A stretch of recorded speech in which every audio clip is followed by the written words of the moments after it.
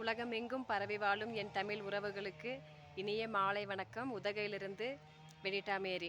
நீலைமலை மாவட்டத்திலிருந்து ஒவ்வொரு நாளும் ஒவ்வொரு பழ வகைகளை பற்றி நான் உங்களுக்கு தெரிவிச்சுக்கிட்டு இருக்கேன். ஏற்கனவே உங்களுக்கு தெரியும், இருந்தாலும் இந்த அன்பு சகோதரியின் ஒவ்வொரு சின்ன சின்ன தெரியாத மர செடி கொடிகளை நீங்கள் தெரியாமல் இருந்துச்சிங்கன்னா அதை தெரிஞ்சுக்கங்கன்றதுக்காக இது போடுறேன். இது உலகத்துக்கே தெரியும். ஆப்பிள் செடி செடி பார்க்காதவங்க இதை பார்த்துக்கங்க. இப்படி தான் இருக்கும்.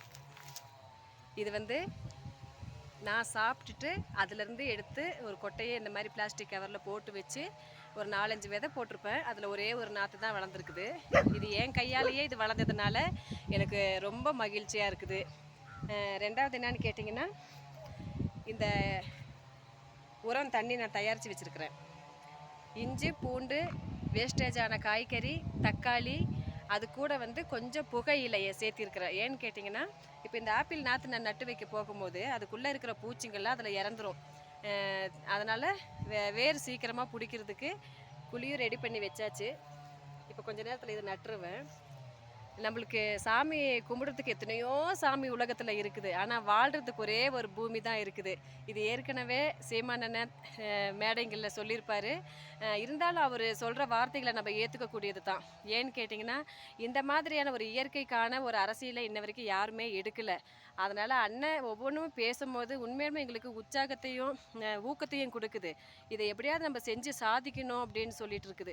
அவருக்காக இல்லைனாலும் எதிர்காலத்தில் வரக்கூடிய சின்ன சின்ன குழந்தைகளுக்காக இப்போல்லாம் ஆப்பிள் எல்லாம் பார்த்தீங்கன்னு சொன்னால் மருந்து அப்படியே டப்பாவில் போட்டு என்னென்ன மருந்து இருக்கோ அத்தனை விஷத்தன்மை உள்ள மருந்து தான் அத்தனையுமே.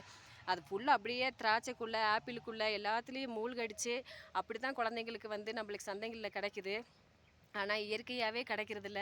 முடிஞ்ச அளவுக்கு ஒவ்வொரு இடம் இருந்துச்சு அப்படின்னு சொன்னிங்கன்னா பல வகை செடிகளையாவது வீட்டு வாசலில் வளர்க்குறதுக்கு பாருங்கள்.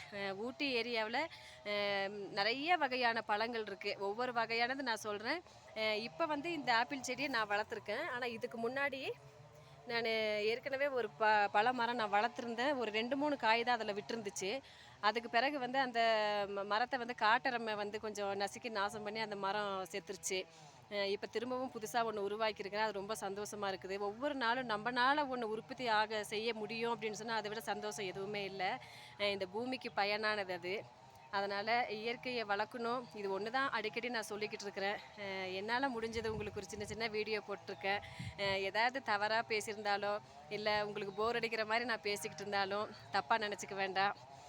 வந்துட்டு நீலகிரியில் என்னென்ன ஒரு விசேஷமான ஒரு பொருட்களாகட்டும் பூக்களாகட்டும் ஏரியாவெல்லாம் நான் சுற்றி காமிக்கணுன்னா கூட உங்களுக்கெல்லாம் காமிக்கிறேன். இவ்வளோ பசுமையாக இருக்கிற இந்த நீலகிரி மாவட்டம் வந்து மழை ஏன் இருக்குது, எதற்காக இவ்வளோ குளிர்ச்சியாக இருக்குதுன்னு கேட்டிங்கன்னா, மரங்கள் அடர்ந்து காணப்படுவதனாலேயே இந்த நீலகிரி மலை மாவட்டத்தில் மழை அதிகமாக வருது.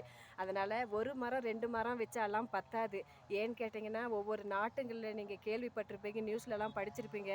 ஒரு கிராமம் ஒரு தீவே காலி பண்ணிவிட்டு அவங்களாம் என்ன உயிருக்கு நம்ம அடுத்தது என்ன பண்ண போகிறோம் அப்படின்ற அளவுக்கு அவங்க ஒரு பின்தங்கின நிலையில் இருக்காங்க. ஏன்னா விவசாயம் அவங்கள்ட்ட அழிஞ்சிருச்சு. விவசாயம் அழிஞ்ச காரணத்தினால அவங்களே வளர்த்த ஆடு மாடு காட்டு மிருகங்கள் எல்லாத்தையும் வேட்டையாடி அவங்களே எவ்வளோ நாள் சாப்பிட முடியும். அதனால் இயற்கையை வளர்ப்போம், விவசாயத்தை காப்பாற்றணும். விவசாயத்தினால் மட்டும்தான் நம்ம தமிழ்நாடு முன்னேற முடியுமே தவிர இவங்க நினைக்கிற மாதிரி அணு ஆலயத்தினாலேயோ மீத்தேன் எடுக்கிறதுனாலையோ மலைகளெல்லாம் உடைக்கிறதுனாலையோ காவேரி நதியிலேருந்து வறண்டு போன இடத்துலேருந்து மணலை அள்ளுறதுனாலையெல்லாம் தமிழ்நாடு முன்னேறாது. இங்கேயே அவங்கவுங்க மாநிலத்திலேயே அவங்கவுங்களுக்கான வேலை வாய்ப்பை கண்டிப்பாக அரசாங்கம் கொடுக்க முடியும். இதற்கான முயற்சி விவசாயிகள்னால் மட்டும்தான் முடியும். அதனால் விவசாயத்தை காப்பாற்றணும், இயற்கை விவசாயத்தை ஆதரிங்க. இது நான் வீடியோவில் தப்பாக ஏதாவது பேசியிருந்தா கூட மன்னிப்பு கேட்டுக்கிறேன். வெல்லட்டும் நாம் தமிழர். இலக்கு ஒன்றுதான் இனத்தின் விடுதலை, இனம் ஒன்றாவும் இலக்கை வென்றாப்போம். நன்றி, வணக்கம்.